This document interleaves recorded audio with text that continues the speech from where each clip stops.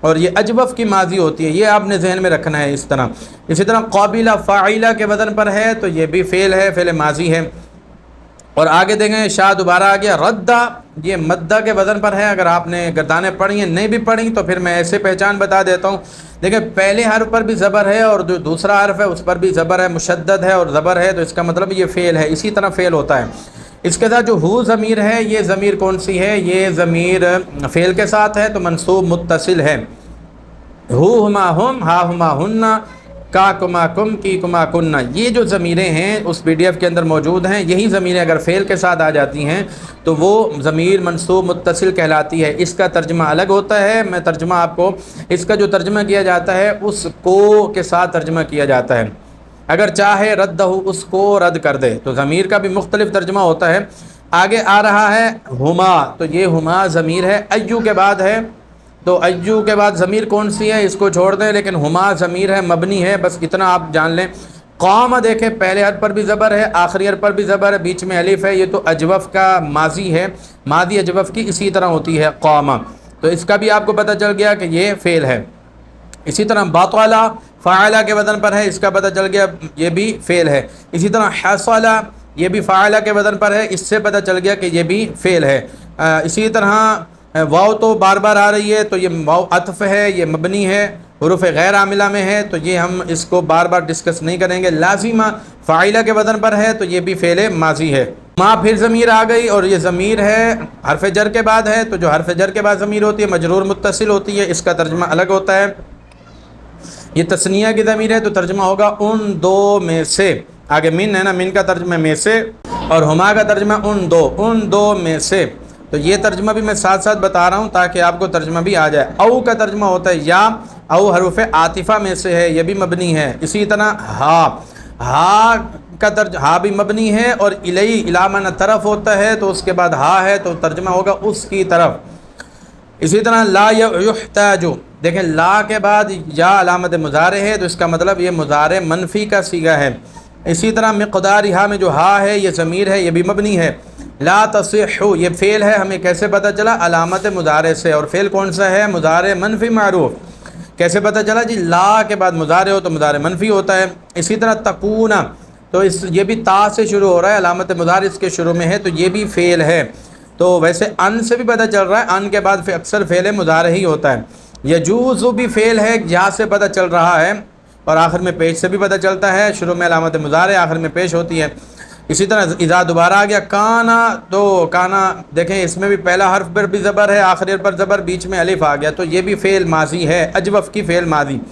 اطلقا اکرمہ کے وزن پر ہے، اگر یوں آپ کو سمجھ نہ آئے کہ اطلقا اکرمہ کے وزن پر ہے تو پھر آپ کو یوں تو سمجھ آ جائے گی کہ من کے بعد اطلقا آ رہا ہے، تو من کے بعد جو ہے وہ فعل ماضی آتا ہے زیادہ تر۔ اگر مضارع ہوتا تو پھر اس کے ساتھ یا ہوتا، زیادہ تر یا کا لفظ استعمال ہوتا ہے، جیسے ومن الناس من یشتری، تو اس وجہ سے یہ فعل ماضی ہے۔ اگر مضارع ہوتا تو اس کے ساتھ یا کا لفظ استعمال ہوتا۔ کانا، یہ پھر دوبارہ آ گیا کانت، تو یہ جو آخر میں تا ہے اور تا کے نیچے زیر ہے، اس کے بعد دیکھیں الف لام ہے، اس کا مطلب ملانے کے لیے یہ زیر دی گئی ہے، اصل میں یہاں پر سکون تھا، تو یہ اصل میں تھا کانت، تو کانت جو تھا جو ہو آخر میں تا ساکنہ ہو تو فعل کی نشانی ہے، تو یہ فعل ہے۔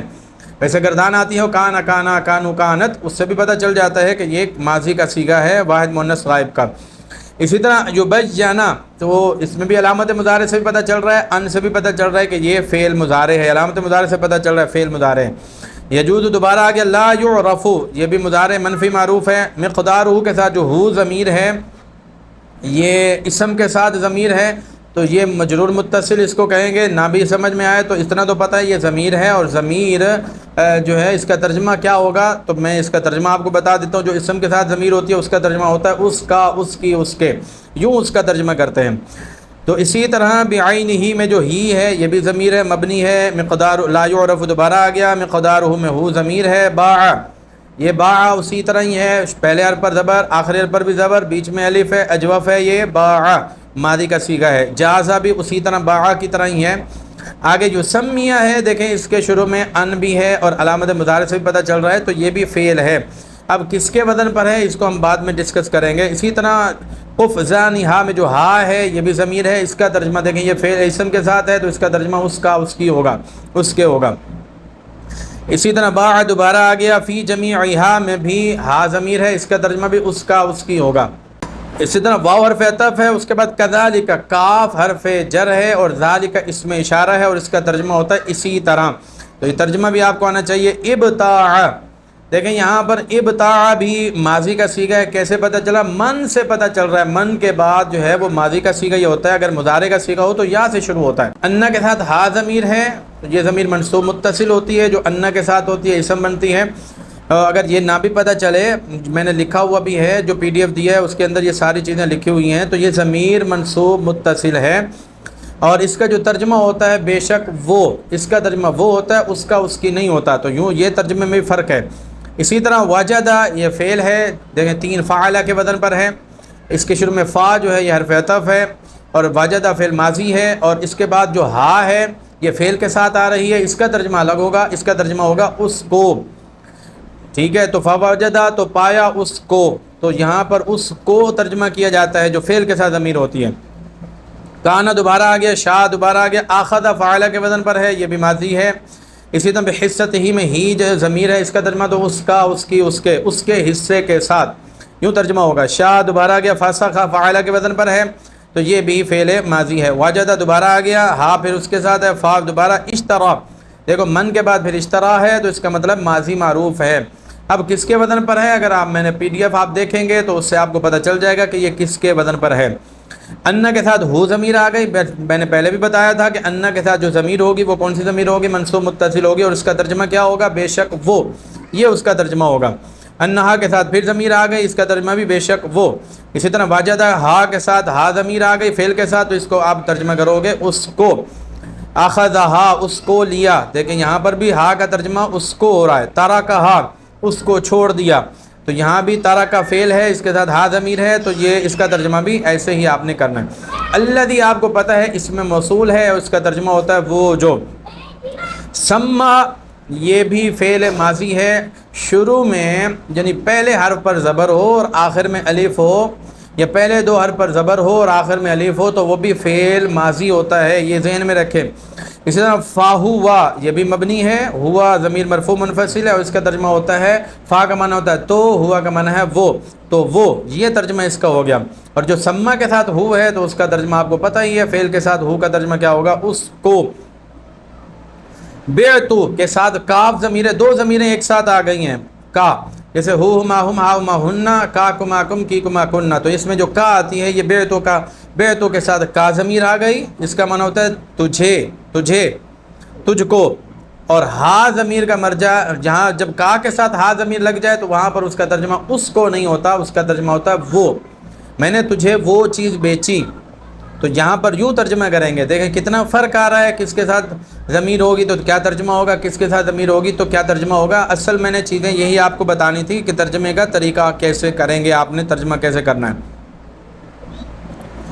اسی طرح انہا کے ساتھ ضمیر آ گئی، اس کا ترجمہ وہی ہوگا، بے شک وہ، آگے فوجدہا پھر دوبارہ آ گیا فہوا تو وہ، اور اسی طرح ترکا وغیرہ یہ سب وہی لفظ بار بار آ رہے ہیں۔